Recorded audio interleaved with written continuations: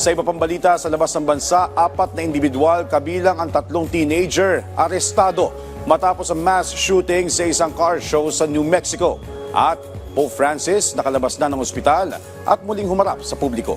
Si Joy Salamatin sa sentro ng balita. 3 teenager at 20 anyos na lalaki ang naaresto matapos ang mass shooting sa New Mexico na ikinasawi ng 3 individual. Ang insidente ay may kaugnayan sa palitan ng putok sa pagitan ng 2 magkatunggaling grupo sa iligal na car show sa Young Park sa Las Cruces.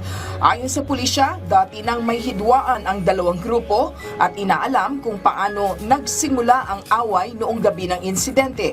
Mahaharap sa 3 counts of murder ang 4 na suspect.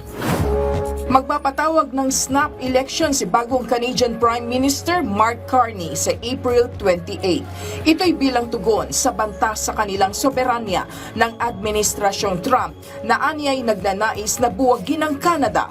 Maalala na bahagyang nalamatan ang alyansa at trade partnerships ng Canada at Amerika matapos umupo ni US President Donald Trump at magpatupad ng taripa sa Canada.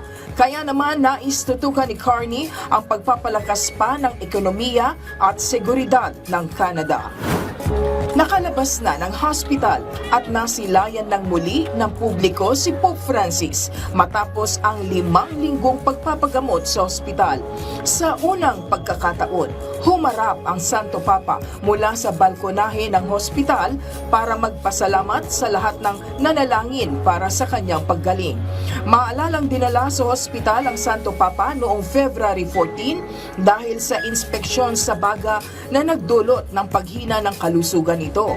Maikli man ang mensahe ng Santo Papa na iparating naman ito ang pasasalamat sa mga grupong naghintay sa labas ng hospital na nagdala ng mga bulaklak.